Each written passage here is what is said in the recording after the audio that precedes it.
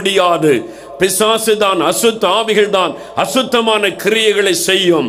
பரிசுத்தம் உள்ள ஒரு தேவன் அவர்தான் வரப்போகிறார். அவர்தான் பரலோக ராஜ்யத்திற்கு கொண்டு செல்ல முடியும். அவர் பரிசுத்தம் உள்ள ஒரு தேவன். அவருடைய கண்ணின் பார்வையிலே பரிசுத்தம், அவருடைய பேச்சிலே பரிசுத்தம், அவருடைய சிந்தனையிலே பரிசுத்தம், அவருடைய வாழ்க்கையிலே பரிசுத்தம்.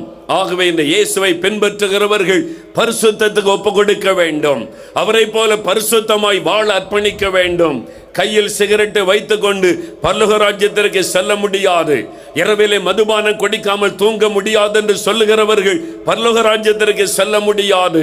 லஞ்சம் வாங்குகிறவர்கள் அந்த பரலோக ராஜ்யத்திற்கு செல்ல முடியாது. அநியாய சம்பாத்தியம் செய்கிறவர்கள் பரலோக ராஜ்யத்திற்குள்ளே செல்ல முடியாது. அவருடைய வருகையிலே காணப்பட முடியாது.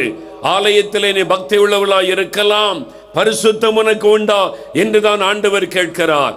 ஆவி ஆத்மா சரீரத்திலே பரிசுத்தம், உன் கண்ணின் பார்வையிலே பரிசுத்தம், உன் சிந்தனையிலே பரிசுத்தம், உன் அந்தரங்க வாழ்க்கையிலே பரிசுத்தம், உன் குடும்பத்திற்குள்ளே பரிசுத்தம், உன் வியாபாரத்திலே பரிசுத்தம், உன் வேலையிலே பரிசுத்தம், உன் வருகையிலே போகையிலே பரிசுத்தம்.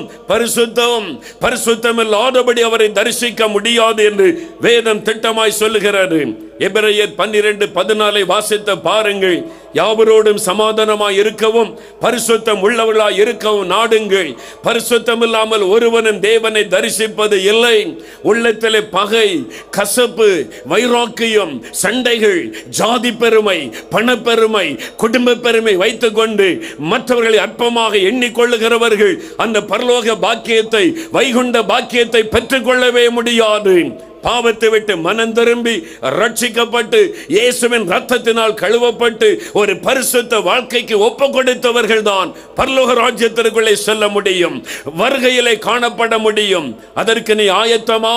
இன்றைக்கு இரவு இயேசு வருவாரானால் உன்னால் அவரை சந்திக்க முடியுமா? பரிசுத்தமில்லாதபடி ஒருவரும் அவரை சந்திக்க முடியாது. மத்தேயு 5:8 இயேசு சொன்னார், இருதயத்திலே சுத்தம் உள்ளவர்கள் பாக்கியவான்கள், அவர்கள் தான் தேவனை தரிசிக்க முடியும். உன் இருதயத்திலே பரிசுத்தம் இருக்க வேண்டும். இருதயத்திலே பெருமைகளும் பொறாமைகளும் எரிச்சல்களும் வன்கண்ணும் தூஷணமும் சண்டைகளும் மதிகேடும் அப்படிப்பட்ட பாவ சுபாவம் உள்ளத்தில் இருந்தால் பரலோகத்திற்கு செல்ல முடியாது. பரிசுத்தமான இந்த தேவனை சந்திக்க முடியாது. எனக்கு அன்பானவர்களே, பரிசுத்தம் என்பது என்ன? சில கிறிஸ்தவர்கள் நினைக்கிறார்கள், நான் டிவி பார்ப்பதில்லை, சினிமா பார்ப்பதில்லை, சிகரெட் பிடிப்பதில்லை, இதுதான் பரிசுத்தம் என்று எண்ணிக்கொண்டிருக்கிறார்கள். அது பரிசுத்தத்தின் ஒரு பகுதி, அவ்வளவுதான். அதையும் செய்ய வேண்டும். அதற்கு அடுத்த பகுதி இருக்கிறது, வசனத்தின்படி வாழ வேண்டும். ஒரு குடும்பத்தின் பரிசுத்தம் என்ன தெரியுமா? மனைவியானவள் புருஷனுக்கு கீழ்ப்படிய வேண்டும் என்று வசனம் சொல்லுகிறது. அந்த வசனத்தின்படி மனைவி புருஷனுக்கு கீழ்ப்படிவதுதான் குடும்பத்தின் பரிசுத்தம். ஒரு புருஷன் தன் மனைவியிடத்தில் அன்பு கூற வேண்டும் என்று வசனம் சொல்லுகிறது. ஒரு புருஷன் மனைவியை நேசித்து அன்பு காட்ட வேண்டும், அதுதான் குடும்பத்தின் பரிசுத்தம். பிள்ளைகள் பெற்றோருக்கு கீழ்ப்படிந்திருக்க வேண்டும் என்று வேதம் சொல்லுகிறது. பிள்ளைகள் குடும்பத்தில் பெற்றோருக்கு கீழ்ப்படிய வேண்டும், அதுதான் பிள்ளைகளின் பரிசுத்தம். இந்த பரிசுத்தம் இல்லாதபடி நான் டிவி பார்க்க மாட்டேன், நான் பூ வைக்க மாட்டேன், இதை செய்யவில்லை என்று சொல்லிக் கொண்டு உங்களை ஏமாற்றிக் கொள்ளாதிருங்கள். வசனத்தின்படி வாழ ஒப்பு கொடுங்கள், அதுதான் பரிசுத்தம். வேத வசனத்தின்படி வாழ வேண்டும். அரசாங்கத்தில் வேலை செய்து கொண்டிருந்தால் 8 மணி நேரம் நீ வேலை செய்ய அரசாங்கம் சம்பளம் கொடுக்கிறது. 8 மணி நேரம் கடுமையாய் உழைக்கிறாயா? வேலை செய்கிற இடத்தில் நீ ஏமாற்றிக் கொண்டிருக்கிறாயா? உன் வேலையிலே பரிசுத்தம் இல்லை. நீ செய்கிற வேலையில பரிசுத்தம் உண்டா? நீ செய்கிற வேலையில உண்மையாய் இருக்கிறாயா? நீ வாங்குகிற சம்பளம் மாத்திரம் போதும் என்று இருக்கிறாயா? உன் ஆபீஸில் இருந்து ஒரு குண்டூசி நீ வீட்டுக்கு கொண்டு வந்தாலும் பரலோக ராஜ்யத்திற்குள்ளே செல்ல முடியாது என்பதை அறிந்து கொள்.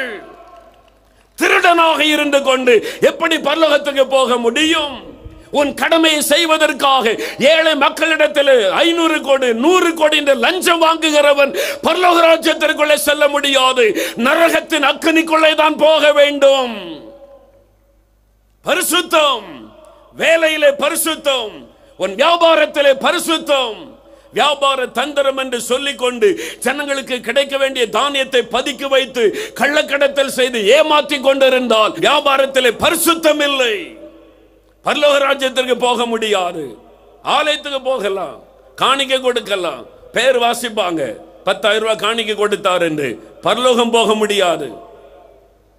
அநியாய சம்பாத்தியம் கர்த்தருக்கு அருவருப்பானது. ரோமர் 13